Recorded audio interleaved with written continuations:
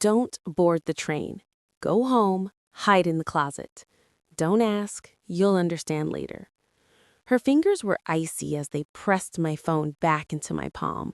I almost laughed in her face. Instead, I froze. My name is Alina Morzova. I'm 29 years old, a financial analyst, rational to a fault.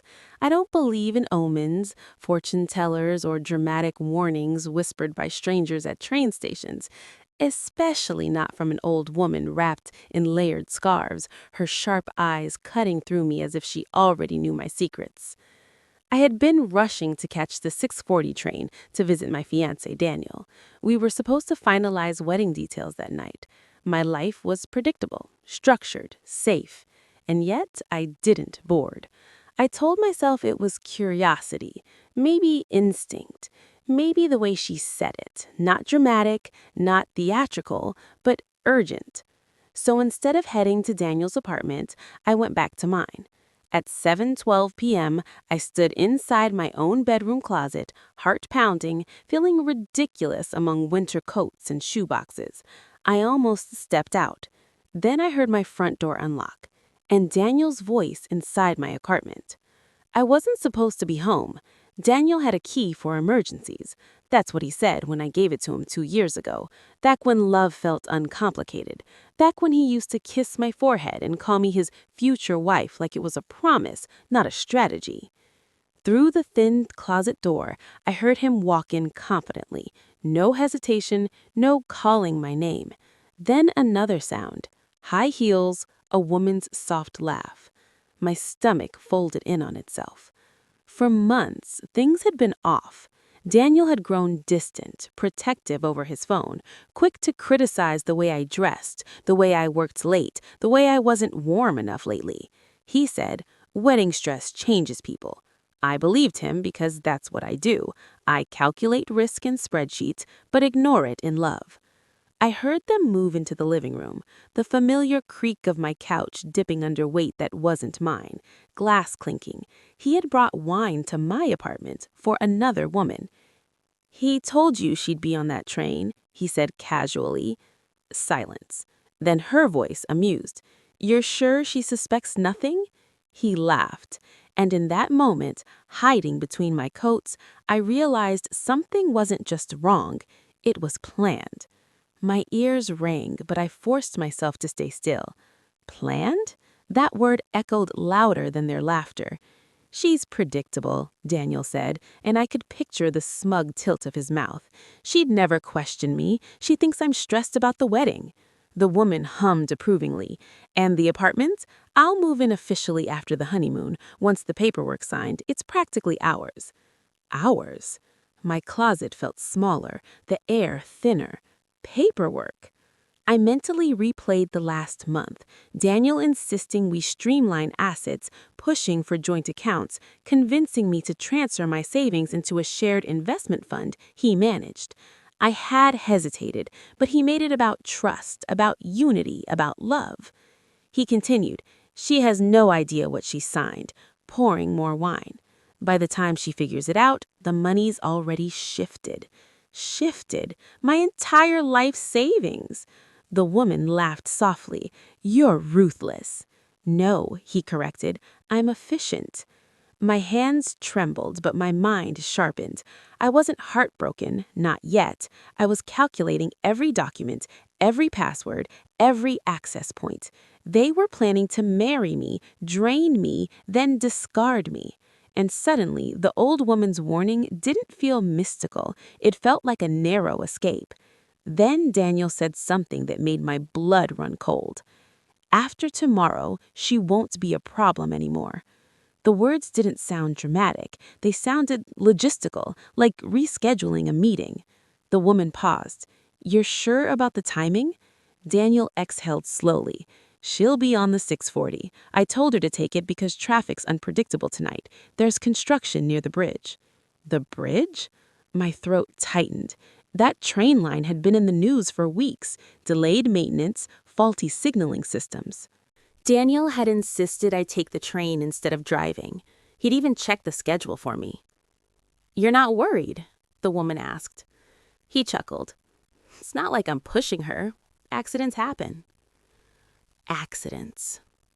I felt the air leave my lungs. He wasn't just planning to steal from me, he was positioning himself for something far worse. A tragic fiancé, a grieving partner, insurance policies, sympathy, clean hands. I remembered signing that life insurance update last month. He'd said it was responsible before marriage. My knees nearly gave out. From the living room, glasses clinked again. "To new beginnings," the woman said. "To freedom," Daniel replied. And inside that dark closet, surrounded by my winter coats, something inside me didn't shatter, it crystallized. They thought I was predictable. They thought I was already gone. They had no idea I was standing 10 feet away, alive, listening, and no longer in love. I didn't burst out of the closet. I didn't scream. I didn't confront them. I stood there, breathing slowly, letting the shock burn through me until it turned cold. Daniel thought I was on that train, thought I was hours away from being a headline, or at the very least, legally cornered and financially drained. He had already moved emotionally, strategically, and probably legally. That meant he was comfortable. Comfortable people make mistakes. I waited until I heard the bedroom door open, my bedroom, their footsteps, the soft thud of my mattress shifting. I quietly unlocked my phone, not to call the police, but to record audio first, then video, just a crack through the closet door, enough to capture faces, voices, the wine, the intimacy in my space. Evidence. I sent copies to a private cloud folder Daniel didn't know existed, one he had once mocked me for keeping. "You and your backups," he had teased. Yes, me and my backups. When I heard the move toward the shower, I slipped out silently, barefoot, heart steady. I grabbed my laptop, external drive, passport, and the folder of signed documents from my desk. By the time they realized I'd been home, I would already be rewriting everything. They thought tomorrow would erase me. They were wrong. Tomorrow would expose them. I didn't sleep that night. By 2:17 a.m., I was sitting in my car 2 blocks away, laptop glowing against the windshield, rebuilding my life line by line. First, I logged into the joint investment portal. Daniel had access, but so did I. I froze every transfer scheduled for the morning.